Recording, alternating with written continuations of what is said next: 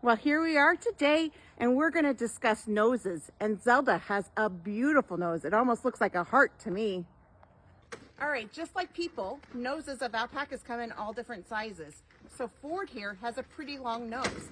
But what's interesting about alpacas is that they have a very short nose bone, versus in humans, we have a very long nose bone that goes almost to the edge of the tip of our nose. So on alpacas, the cartilage covers the vast majority of the nose. So it's very important to note that, because I'm going to show you how we place a halter in just a second. But the other thing that's really interesting about alpacas is that they have the ability to cover up their nasal passage, their nose entrance. And that's because whenever they don't want to get dirt or debris in their nasal cavity. Pretty genius, huh?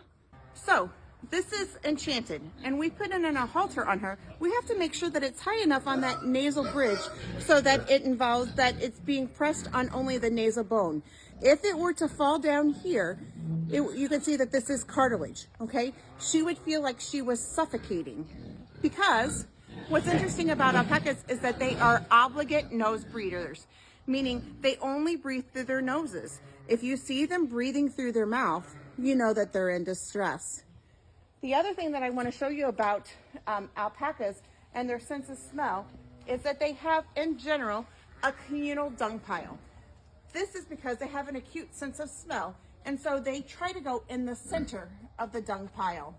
And here we are with Aggie. She's not so excited about showing you her nose, but what's interesting about alpaca's sense of smell is that it is much greater than humans. And part of the reason is that their olfactory nerve, which is what actually takes the scent from the nose to the brain, is bigger than it is in humans. And humans, ours becomes flattened out and sits underneath of the frontal lobe, whereas alpacas, theirs sits right on top of the right within the frontal lobe.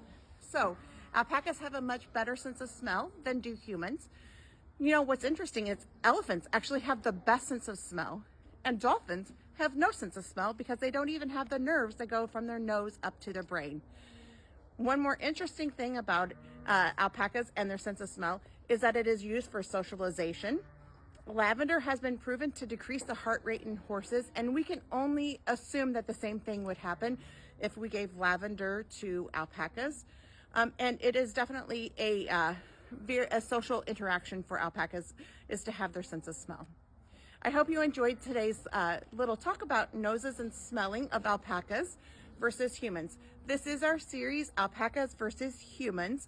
I am Carrie. I'm the owner of Eagle Eye Farm, and I am a human physician. I'm an MD. I do this in conjunction with my former vet, Dr. Cassie Rice, who now practices in Eastern Pennsylvania. So next week, we're going to discuss the mouth. I hope you'll tune in.